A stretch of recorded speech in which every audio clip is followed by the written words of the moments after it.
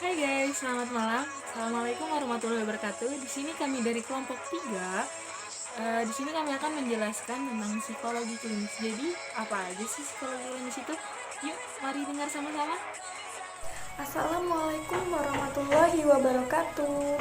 Hai teman-teman, perkenalkan nama saya Enda Tianafi dengan NPM 1931060020. Nah, teman-teman, saya di sini akan menjelaskan sedikit tentang psikologi klinis.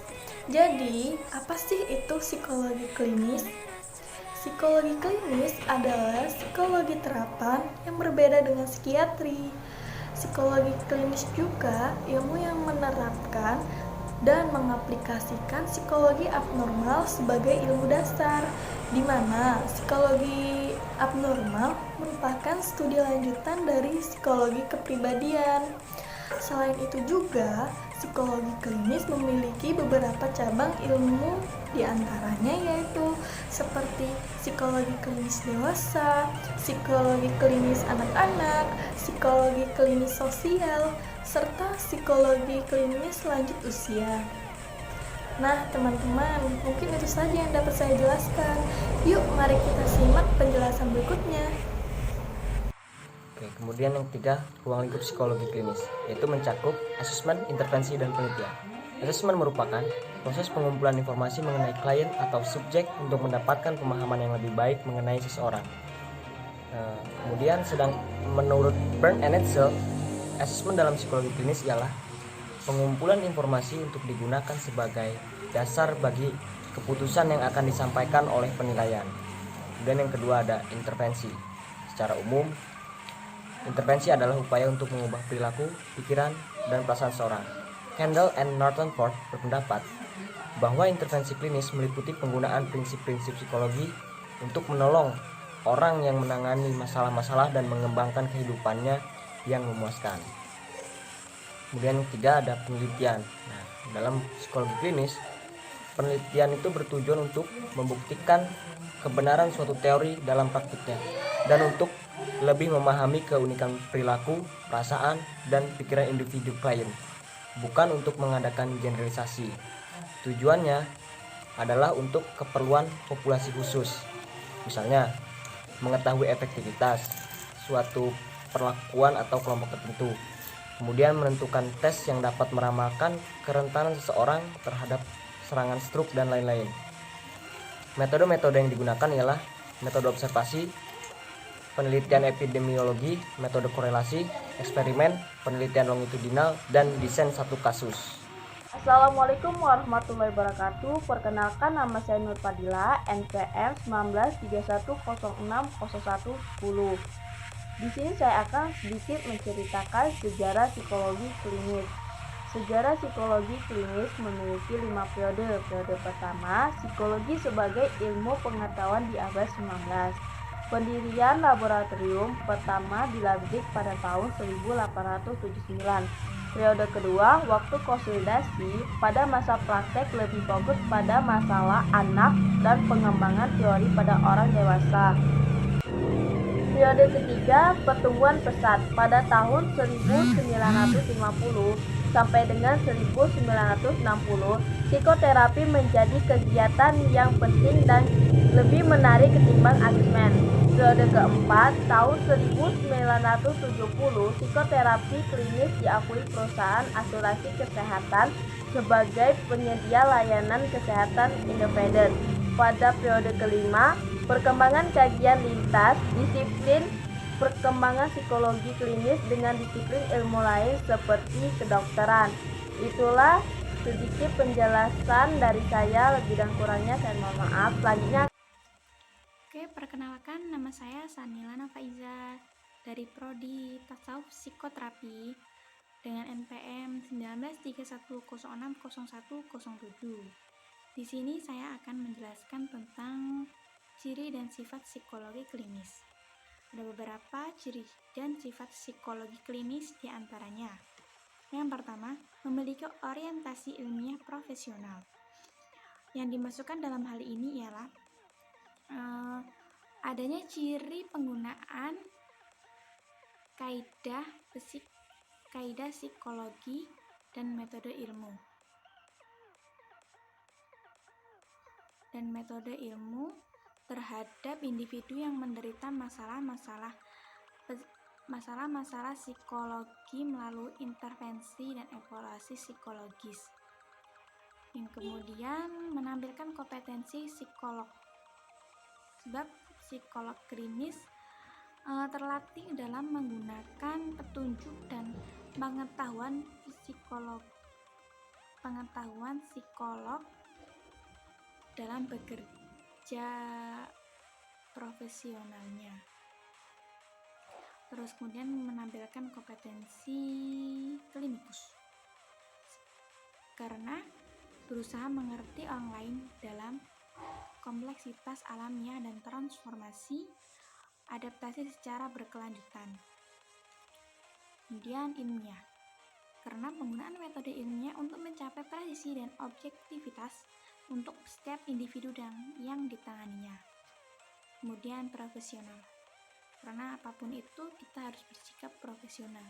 Nah, dalam psikologi ini, karena dalam hal ini lebih menyumbangkan pelayanan kemanusiaan yang penting bagi individual, komunitas, kelompok sosial untuk memecahkan masalah psikososial dan meningkatkan kualitas hidup. Sekian penjelasan dari saya. Bila ada salah kata, saya mohon maaf. Pada Allah saya minta maaf. Saya minta ampun. Sekian. Hai teman-teman, Assalamualaikum warahmatullahi wabarakatuh. Saya Risma Hasanah, Prodi Tasawuf Psikoterapi NPM 1931060058. Di sini saya akan menjelaskan tentang psikologi klinis. Jadi, saya akan menjelaskan tentang 3 efek dari pandemi corona dalam psikologis. Jadi, yang dikemukakan oleh Universitas 11 Maret, Surakarta, Lailatul Syifa mengungkapkan bahwa kondisi pandemi virus corona menyebabkan 3 efek bagi seseorang. Jadi, apa aja sih 3 efek psikologis bagi seseorang? Jadi, efek yang pertama adalah krisis. Jadi, efek krisis ini ditandai dengan datang mendesak secara tiba-tiba tanpa ada persiapan dan memiliki efek negatif yang menekan. Kemudian, efek yang kedua adalah ketidakpastian.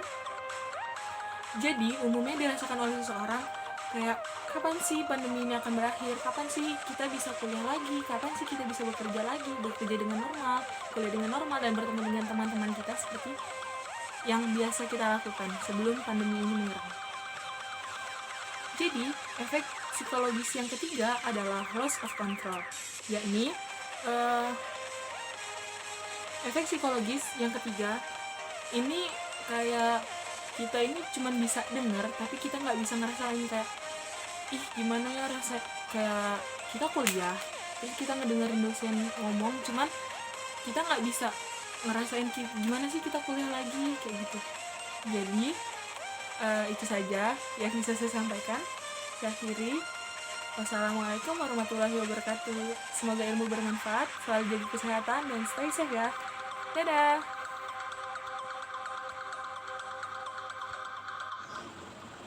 Assalamualaikum warahmatullahi wabarakatuh. Perkenalkan, nama saya Delis Dian Maheswari, NPM 1931060091. Sini saya akan menjelaskan tentang kesimpulan yang sudah diterangkan oleh teman-teman saya sebelumnya. Jadi, selain sebagai ilmu terapan psikologi abnormal sebagai ilmu dasar, psikologi klinis juga merupakan suatu cabang psikologi yang berkaitan dengan asesmen dan juga pengobatan penyakit mental, perilaku abnormal, dan juga kesehatan masalah kejiwaan. Nah, kedua ada ruang lingkup psikologi klinis yang terdiri dari asesmen, yaitu proses pengumpulan informasi. Yang kedua ada intervensi, yaitu suatu upaya untuk mengubah perilaku, pikiran, dan juga perasaan seseorang.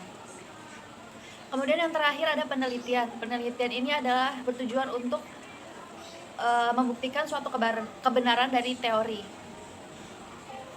Kemudian ada sejarah singkat psikologi. Selain sejarah yang sudah dijelaskan oleh teman saya sebelumnya tentang 5 periode sejarah psikologi, jadi pada perang kedua di Amerika Serikat, psikologi klinis ini hanya sebatas tes psikologi untuk menegakkan diagnosis gangguan psikologi terhadap suatu individu. Setelah perang berakhir, psikologi ini berperan besar untuk mengatasi para veteran yang mengalami trauma psikologi pasca perang. Oleh sebab itu, psikologi klinis ini terus dipakai untuk mengobati para pasien yang mengalami gangguan jiwa, gangguan mental dari tahun ke tahun hingga saat ini. Selanjutnya ada ciri dan juga sifat psikologi klinis. Yang pertama yaitu memiliki orientasi ilmiah profesional, di mana adanya ciri-ciri penggunaan kaidah psikolog dan juga metode ilmiah. Selanjutnya memiliki kompetensi psikolog, yaitu harus terlatih menggunakan petunjuk dan juga pengetahuan psikologis secara kerja profesional. Yang ketiga memiliki kompetensi klinikus, di mana seorang psikolog klinis harus memiliki kemampuan, kompetensi dan juga kecakapan terhadap bidang profesionalnya. Kemudian ada ilmiah, di mana ilmiah ini digunakan untuk mencapai objektivitas setiap individu. Selanjutnya yang terakhir yaitu profesional. Jadi setiap individu yang menggunakan psikologi klinis ini harus melakukan kerja profesional. Terima kasih, sekian penjelasan dan sekian kesimpulan dari saya. Kurang lebihnya saya mohon maaf. Wassalamualaikum warahmatullahi wabarakatuh. Nah, jadi udah tahu kan apa itu psikologi klinis, apa itu pengertian dari psikologi klinis. Jadi, semoga bermanfaat apa yang telah kami sampaikan. Kami akhiri. Assalamualaikum warahmatullahi wabarakatuh. Tetap jaga kesehatan, tetap produktif, dan selalu stay safe ya. Dadah!